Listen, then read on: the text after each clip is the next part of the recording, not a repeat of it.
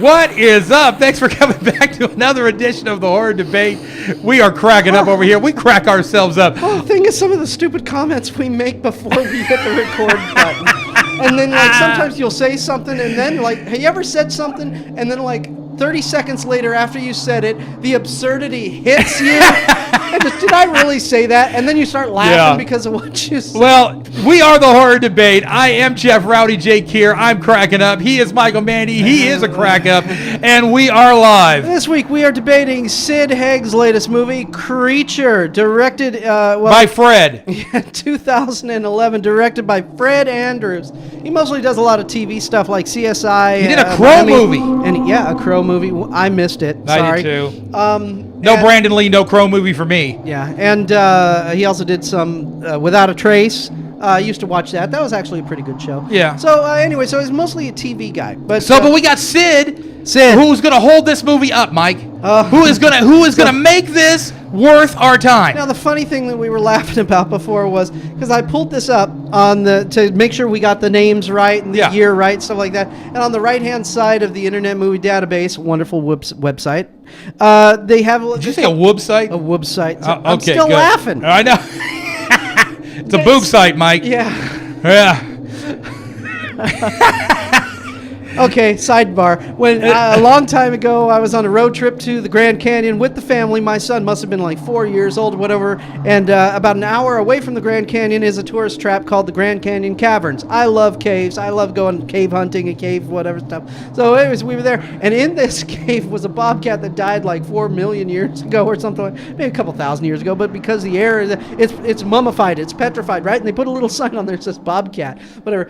My son, and so I'm holding the video camera filming my son looking at this 4,000-year-old dead bobcat, and he's 4 years old. We're trying to get him to read. What does that say? And he goes, "Boob cat." Boob cat. I just lost. Yes. It's a boob cat. Well, they said the creature wasn't titillating. Yeah. So anyway, I'm pulling up Creature to get the director and some of the actors and what year it was. And on the right side it says Creature fails to terrify or titillate. And I went, fails to titillate. I saw tons of titillate in that movie. You were titillated. There was more titillate in that movie than I could count. Yeah. All I can say is, Jaws is a great movie by Steven Spielberg, but it should have had this movie's beginning. Yeah. Well, you got all these dudes in this truck rolling before that in the what did we call it? Well, the super beginning. The super beginning. Before the credits even roll, the first 3 seconds. Okay, how does Jaws start? Mike, you talk way too much and too fast. I don't even know what you're saying anymore. How does Jaws? What are you talking about here? We're not talking about Jaws. Get into Creature. Okay, but what I'm getting at is this movie starts out the exact same as Jaws. A girl gets naked, goes swimming, gets chomped,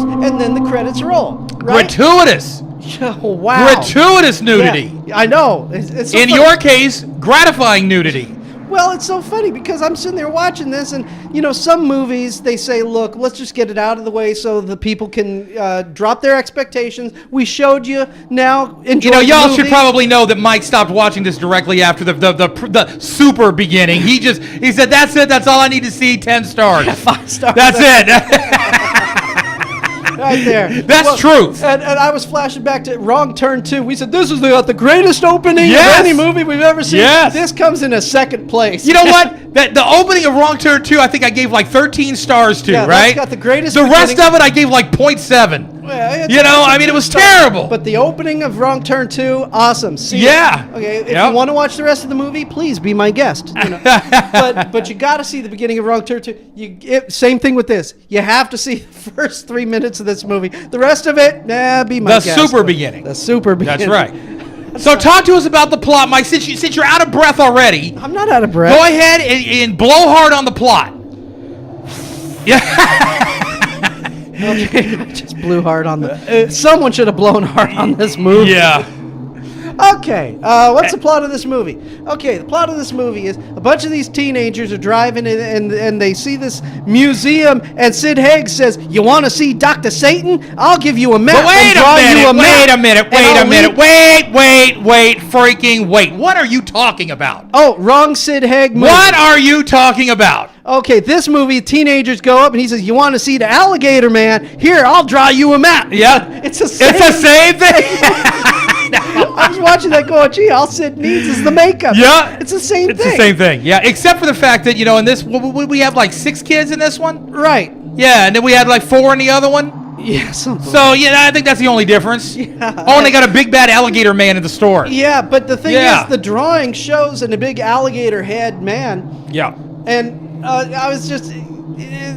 But it doesn't look like an alligator head man. It's Swamp Thing. Yeah. But you know what it really looks Swamp like? Thing? Well, this movie is basically a Swamp Thing movie. Yeah, but no, right? what they have in the store is like an alligator head on a body. They're trying to give you the lore of this Right, the dude. legend of Yeah. this dude who this giant alligator chomped his pregnant Right. sister, wife, because, they're inbred rednecks from the swamp. Right. And then he kills the thing and he becomes the alligator monster thingamabob. And when you finally see the alligator monster thing, I was sitting there going, holy crap, it's a Teenage Mutant Ninja Turtle. Mike, the plot. Teenagers get attacked by a creature in the swamp.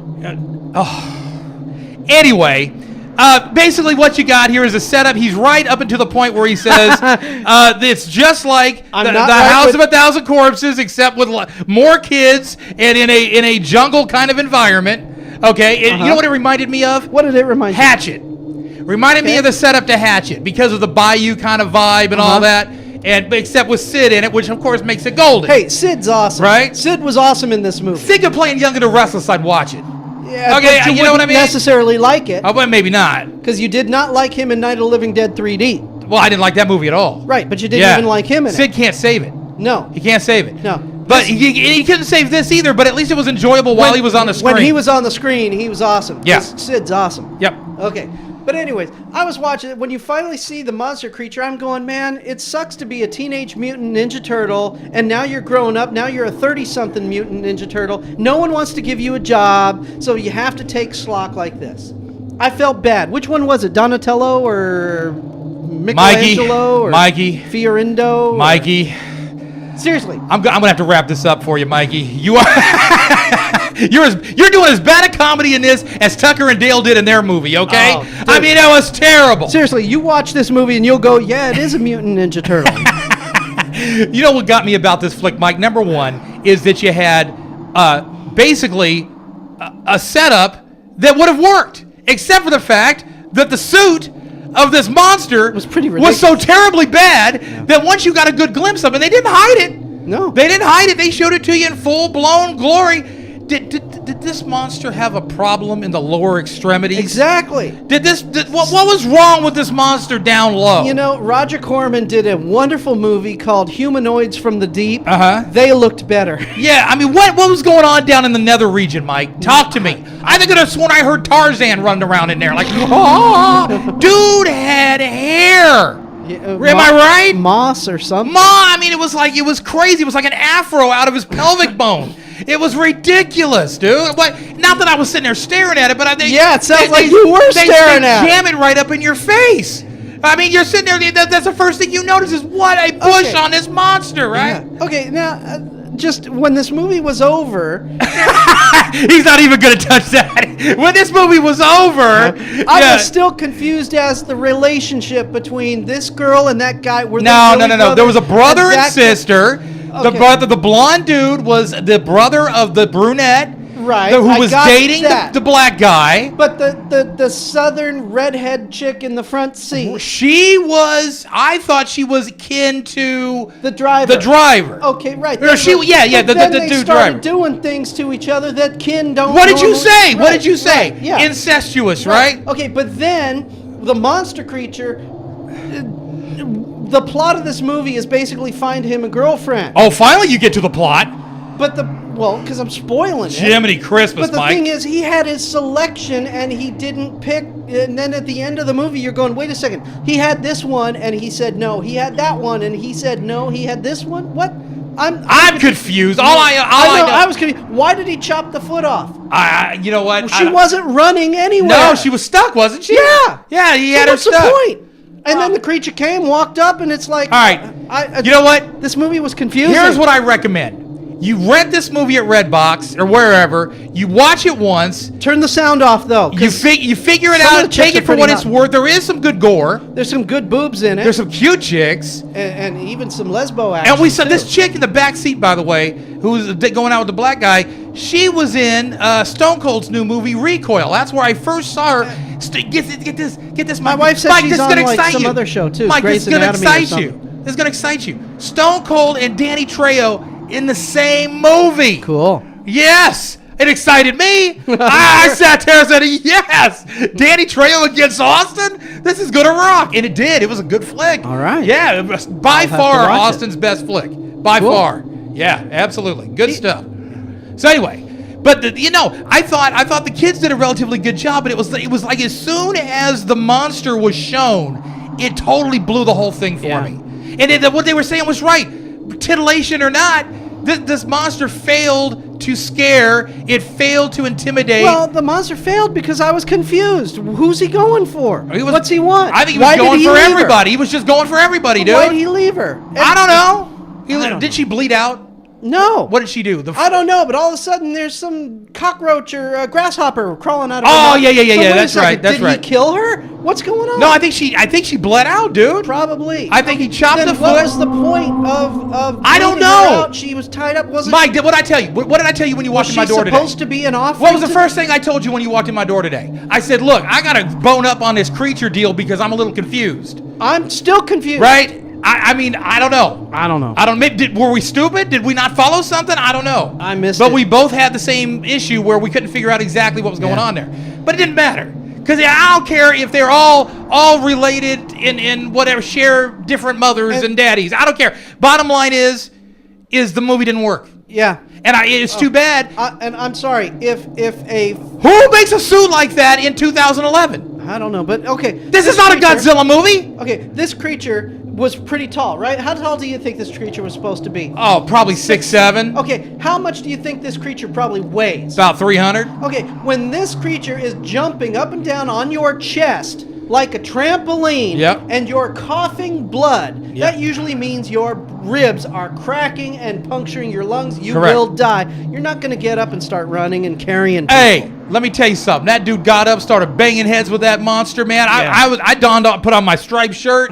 I was in the middle. It was awesome, man. That part was cool. I liked the battle scene. It wasn't too bad, but it just looked ridiculous. That this thing looked retarded doing what it was doing. It was a mutant ninja turtle. It was horrible. It was like mini Godzilla. It truly was. A turtle. He looked like he had no, it didn't even look like a turtle, Mike. It didn't have a damn shell. It even looked stupider than the creature in the movie Feast. Yeah. Yeah.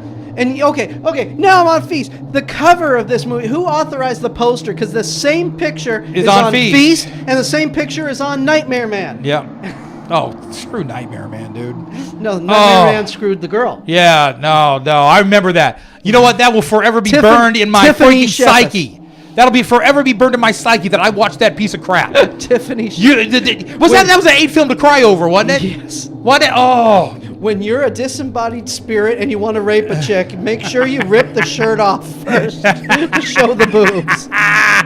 Because that's what spirits care about. They do it for you, Mike. They do it for you. They did it for me. See? Thank you. Appreciated it. So here's the deal. What's the deal? I mean, what happened here, Mike? I don't know. This is a pile of confusion and garbage. And who makes a suit like that in 2011? Who? Who would make a Godzilla suit, a terrible Godzilla suit, and even the face didn't look right? Was it supposed to be a turtle? It was supposed to be a crocodile, wasn't it looked horrible. Yeah, it was a flat nose. I mean, it was nothing. It's so funny. Going back to the very, very, very beginning of this movie, the movie just faded in. We see the girl start to walk into the swamp to go for her naked swim. And I just looked at my wife and said, why would someone want to go swimming in a leech-filled... In a pit! Leech-filled swamp where there's alligators swimming around, and then you see the tail. Yeah. And it's like, duh. Yeah, hello?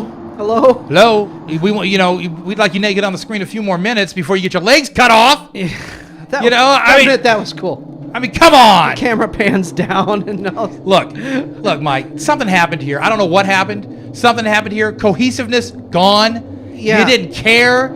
Gone. The only part that I thought they did pretty well was establishing the relationship of the brunette and the black guy. They established that relationship, so you actually felt, because when he was trying to save her, no matter if no matter if the monster looked like crap or not, there was still a little bit of attachment there as being the viewer, as wanting to see him kind of get her.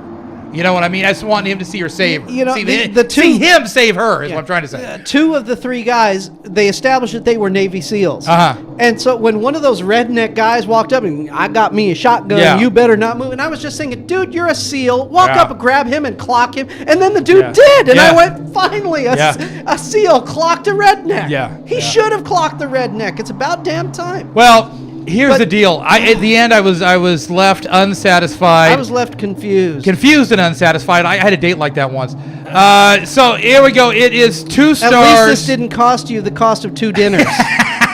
It was 2 stars, and closer to 1 than 2, to be honest with you. But I'm giving it 2. Why? There was because like I said, there were a couple things that they did okay, but as a complete unit, it didn't work. Yeah, no, it's a 1-star movie, but hey, I got to give it 2 just because at least they showed me something. Go, hello.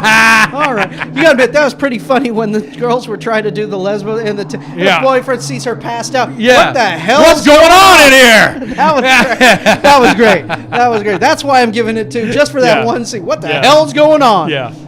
Right on, Mike. I was confused. It's 2. I wanted it to be better, man. Remember when the ads came out for this thing? Remember when you first started seeing like the ads and the trailers and everything? They made it look so much better than what it was. I mean, that's the beauty of a trailer. I know, but you know, at least they hit the bad Godzilla suit in the trailer. Yeah. You know, literally, it should have stayed in the trailer with Tucker. Oh, Tucker and Dale versus Evil, awesome movie. Check it out. All right, I'm Michael Mann. He's Rowdy Jeff. We'll talk to you next week at the Horror Debate.